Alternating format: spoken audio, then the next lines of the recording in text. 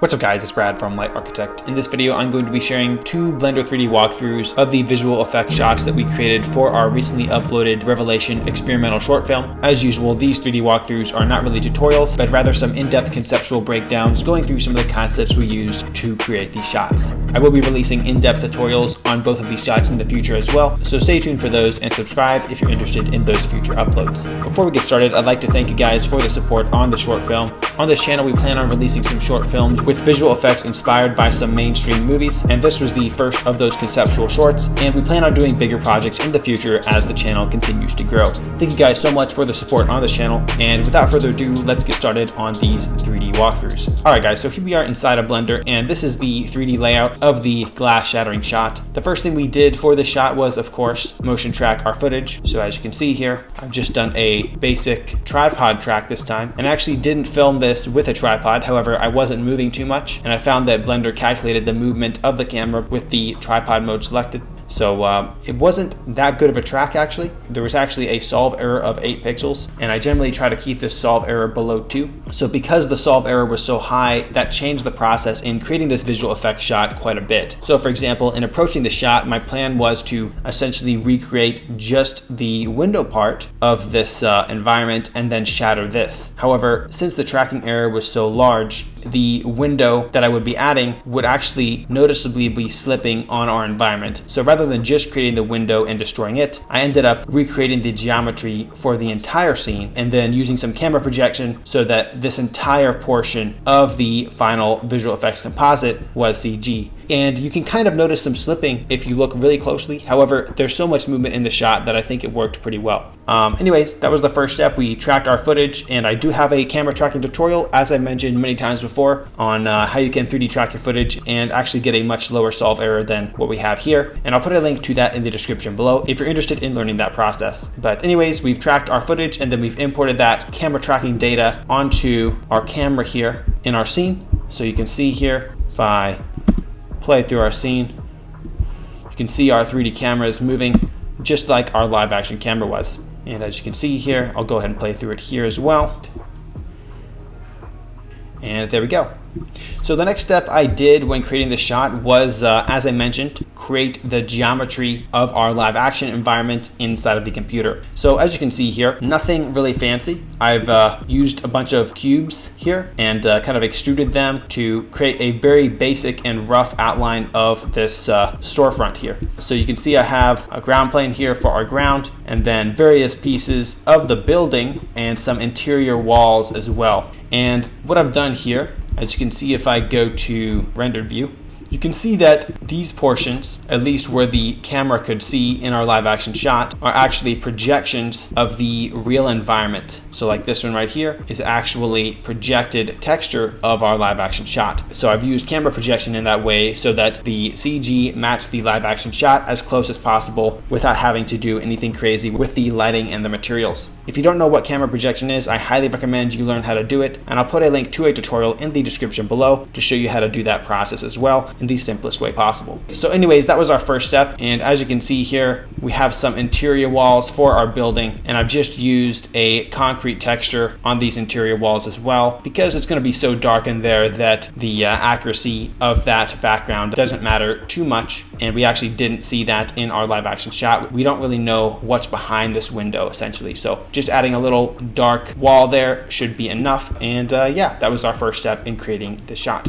So after creating that general building 3D geometry, it was time to actually create the parts of the building that were going to be destroyed. And those parts were the blinds here, as well as the window. So you can see from the live action shot, if I go to camera view here, and I'll actually go ahead and hide these for a second. You can see that behind our window here, there are some blinds. So all I did here was make a little rectangle and elongate it along the Z-axis here. And then I've used an array modifier to create a whole bunch of them where those blinds would be. And yeah, essentially that was it for that piece of the building. And all I've done for the material there is just a very basic white diffuse material. So nothing fancy there. Then to simulate the actual collision of these blinds, and create that destruction, what I've done is once I applied the array modifier to, create a whole bunch of them here, is I added a cloth simulation to the blinds themselves. So you can see I've added a cloth modifier to the actual blinds here. And then what I've done is I've taken an icosphere and hit the blinds with it. So cloth simulation is a really nice way you can get some destructive effects if you use it correctly. So you can play around with the stiffness, the damping, and a variety of different settings here in order to get what you want. And when creating the shot, I was a little bit concerned about simulating those blinds and how they were going to break apart and everything. And it turned out pretty nicely in my opinion.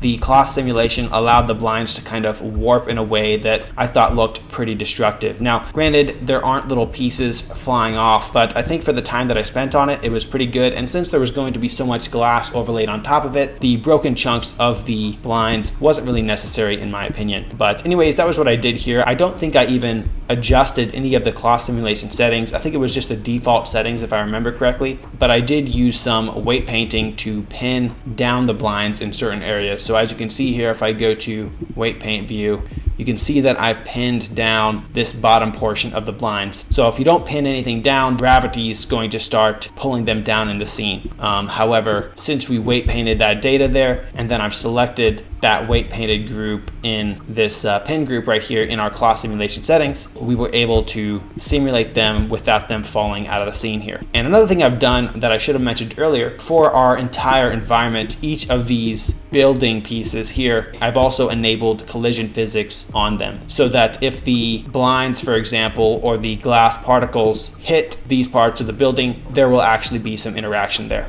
Alright, so after creating the blind destruction, it was time to create the shattering glass. And this was actually a surprisingly simple effect. It took a little bit of tweaking to get the right kind of spread of particles, but the effect is fairly simple by itself. So as you can see here, for our glass window, it's a pretty detailed glass window. And if we go to render view here, you can see that the material of our glass window is, pretty basic glass material. I just used a mix shader with a mix between the glass shader and the transparent shader. And then you can see our HDRI that I've added to the environment in the world settings is reflecting off of the glass nicely, which helps seamlessly blend in the glass to our live action shot before it breaks. So yeah, that was the material setup there. And then to actually break the glass, we didn't actually use the icosphere or any kind of rigid body simulation, but rather we instead used a simple explode modifier here attached to a particle system. And I'm going to cover this in a future tutorial, but essentially, as you can see here, if I turn these modifiers off, you can see that all our glass window is a very basic plane here, and then I've subdivided it in edit mode. So we have plenty of vertices to shatter. And then what I've done here is, again, I've used the weight painting tab here and created a new vertex group for the weight paint data. And then what I've done is I've just painted the areas where I wanted the glass to stay on our window here. And that, in my opinion, provided a lot more realism once the window was actually shattered. And how the explode modifier works is it's going to take a particle system and use those particle system settings and how those particles move and apply them to the mesh in order to shatter it in a certain way. So as you can see here, if I just go to our particle tab here and go ahead and display this as a cross, and I'll also turn on our particle system. All right, so as you can see here, if we just view our particle system without the explode modifier, this is what we're looking at. And by knowing how this works, you can more easily adjust how the glass is actually exploding, because essentially this particle system is going to drive how the actual window is exploding. So we have all these particles, and I've adjusted the particle settings in order to get this distribution blasting out here. So mostly I've been adjusting the normal velocity as well as the randomized settings, and playing around with the rotation here a bit as well as the angular velocity. But yeah, anyways, after adjusting those particle settings, we could then apply the explode modifier to the glass window there. And then I'll go ahead and turn them off this cross. And now as you can see here, that particle system has been attached to different parts of the actual window here. And you can probably anticipate a problem with just using a particle system and an explode modifier without the solidify modifier by themselves here. So as you can see here, if I get really close, you'll notice that the glass is super skinny because obviously we have a plane instead of, a solid object. So to solve this and to get a more realistic glass breaking effect, I've just added a very basic solidify modifier below our particle system and explode modifier. to, make these actual pieces a bit more solid. So that actually sold the effect quite a bit better. As I mentioned, I'll make an in-depth tutorial on this whole process, but I was pretty happy with the final result here. Here's the glass shattered window by itself here. I think what really sold the effect is the fact that not the entire window shattered, because a lot of the time you need a little bit of imperfection in CG in order to sell the reality of what's happening and kind of blend it into a live action shot. So this was our shattered window here, and after shattering that window and destroying those blinds, I then separated our different elements into their own separate view layers so we could have a little bit more control in the compositing process. So as you can see here, our first view layer is our building open. If I go to rendered view, this is just our storefront and the opening of the storefront without the glass. And then the next view layer that we have here is our window bars. As you can see here, I've just modeled roughly the bars across our window here. You can see that in our camera view, the bars right here. And that's because the live action bars weren't lining up with the glass perfectly. So I just decided to recreate these window bars entirely in CG.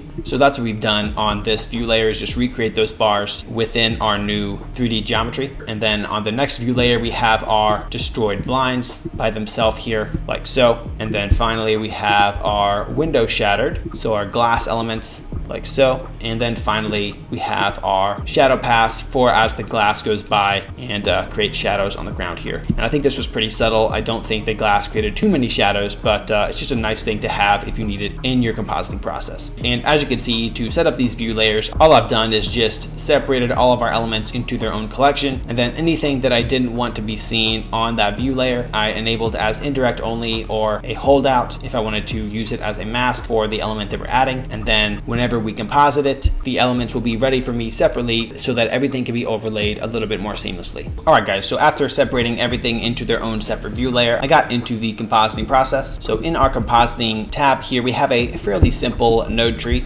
And as you can see here, this is a frame from our final composite minus, basic color correction. But anyways, I'll go ahead and go through our compositing tree here real quick. The first thing that we have here is, of course, our live action shot. So as you can see here, we'll just go to our viewer node just by itself, our live action shot on this frame. Then we've overlaid our first view layer, our open building right here. So as you can see, if we go to our viewer node, this is what we have at first. So you can see now we've essentially replaced everything on the left side of the frame here with a CG render so that we could align everything together a bit more seamlessly. Then after adding our background building, we've added the window bars here. Go ahead and make this viewer node. You can see we've added those bars, and then I've also just kind of brought down the levels of those a bit. And then finally, we've added our blind destruction, and I'm just using alpha overnodes here to combine everything. But now you can see we have our blind destruction overlaid here. Again, a little bit too clean. However, once that glass is overlaid on top of our footage, I thought it looked pretty good. And you can see here I've added a little bit of blur to kind of take the edge off the sharpness of this glass. Super simple.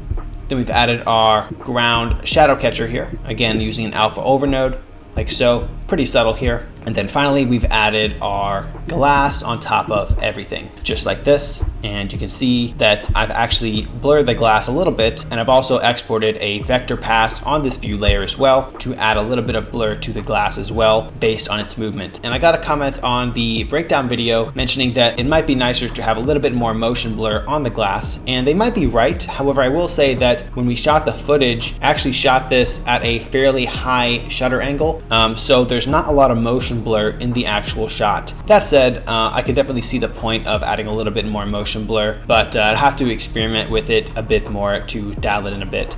But I was pretty happy with the result. This is our final comp here, and yeah, there's a nice little destructive shot for you. Alright guys, so the second visual effects shot we created for our short here was this car crashing shot, as well as the environment for the course of our character's narration here. And this was a fairly simple shot to create. As you can see here, if I play through our footage, it's a static camera, so no need to motion track anything. Essentially, the first thing I did was recreate the general geometry of the scene, just using a very basic plane here. You can see that I've just roughly created the shape of our ground here. And this this was just to have a reference to the geometry of the scene. And then I've also dialed in our camera settings to be a focal length of 24mm, which is the same as the lens that I shot this particular live action shot with. So it's very important to try to match the CG renders in the computer as close as you can to how you shot something on set. So anyways, that was our first step here. Then I've just imported this car model. As you can see here, I'll go to rendered view. Pretty nice little car model, lots of rust on it. And you can see that based on the lighting, I've actually tried my best to match the direction of the light hitting the car to our live action environment. For example, in this live action shot, the sun is kind of coming from the right of camera, a little bit higher in the sky, which is creating this shadow on our actor's face here. So I've tried to mimic that in the computer, as you can see here with this sun lamp here. And if I wanted to be even more accurate, I could actually cut up this sun lamp as well, because you can see that there's a little bit of shape from the trees on our sun hitting this background. But I thought this looked pretty good, so I kind of went with it. And then I've also added an HDRI to kind of create some environmental lighting on our CG elements. So that was our first step here. I've added the car. Then we wanted to crush the car. So in order to do this effect, I've just used some basic shape keys. So as you can see here, if I go to our vertex groups, you can see that I've created 2 shape keys. And it's a very simple process. Essentially, you create a basis shape key of what the object originally looks like. And then you create a second shape key, which is what I have done here, called key 1. And then you go into edit mode with that shape key selected, adjust the vertices of the object, and then now transform between the edited vertices and the original shape of the object. So as you can see here, if I go to the end of our scene here where we have our second keyframe, you can see that the car is crushed down. And that's because I've changed the value of this property here to go from the basis shape key to the shape key of the car being crushed. So pretty simple process here. I think the crushing of the car could have been quite a bit better actually. I feel like there could be little bits and pieces that crunch faster than others. However, I kind of realized that after I rendered out the entire shot overnight, so I kind of just decided to go with it at that point. But pretty simple effect. I've also added an explode modifier similar to our glass shattering shot to our windows here for the car. And as you can see here, if I just play through our scene, just go a little bit forward, you can see that the windows shatter. And yeah, then finally what I wanted to do was add some nature to this shot. So you can see on the second view layer here, I just have a vegetation pass, and I've just used the Nisarga Light Spiderfly bundle here to add some dragonflies flying in the background near the beginning, as well as this nature here. And if you're not familiar with Nisarga, essentially this is the light version that we sell in collaboration with our animation studios with our Spiderfly Boyd system add-on. And I'll put a link to this nature bundle in the description below. But essentially Nisarga Light, you have a whole bunch of different nature assets and categories to choose from. And then you have your drop-down menu, which allows you to add all of these to your scene. So I believe I've just used some of the grass elements here, as well as, I'm not sure here, maybe vegetation I've used. I think I used some of these as the base layer for our vegetation. And then I've slowly built up using different assets. Here we go. I've used the cinnamon fern. And just used a variety of these assets, I think 3 or 4 of them, just to kind of populate the space here before we get to our car. And the cool thing about Nisarga too is you can actually add different scatter systems and paint where you want certain assets. So you can do this inside of Blender's particle system as well. However, they've kind of streamlined it in a way that's a little bit easier to use. And then you can also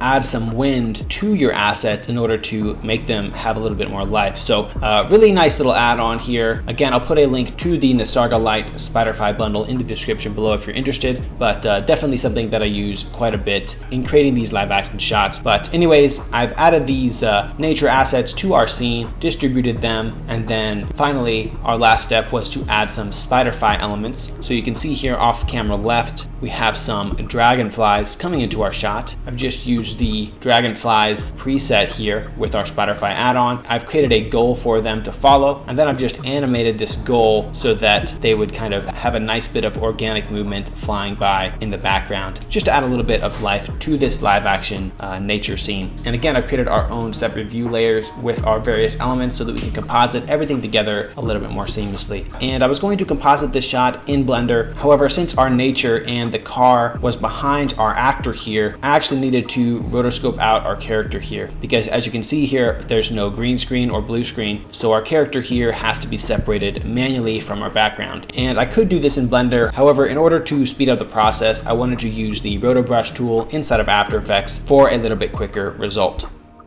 Alright guys, so inside of After Effects we had a fairly simple composite here. The first thing we started with was our live action shot. Then I've overlaid our shadow pass for both our plants and our car in the background. Then on top of our shadow pass, I've added our car, and I've added a little bit of blur to the car in order to blend it into our background a bit, as you can see here. And then I've also added some adjustment to the hue and saturation so that it wasn't quite so saturated compared to everything else in our scene, and gave it a little bit more of a derelict look. After adding our car, I then added our nature pass here, and then again I've used the fast box blur to blend everything into our shot and match the blur of the background, and then I've adjusted the hue and saturation there as well. And then I've added our Spiderfly dragonflies here, just flying off in the background. I'll go ahead and isolate these guys for you real quick. Just some, dragonflies, add a little bit of life to our scene there. And again, I've used the fast box blur to kind of blend those into the shot a bit, as well as adjusted the hue and saturation on those. And finally, to integrate everything, I have our top two layers here, which are just some foreground roto of the bricks here. So as you can see, if I isolate that, just some foreground elements. And then finally, I've rotoscoped out our character here to integrate him into the environment. Anyways guys, that's it for this video. I hope it was helpful. As always, feel free to leave a comment if you have any questions or suggestions in the comment section below. Let us know what you'd like to see next on the channel, and I'll see you next time.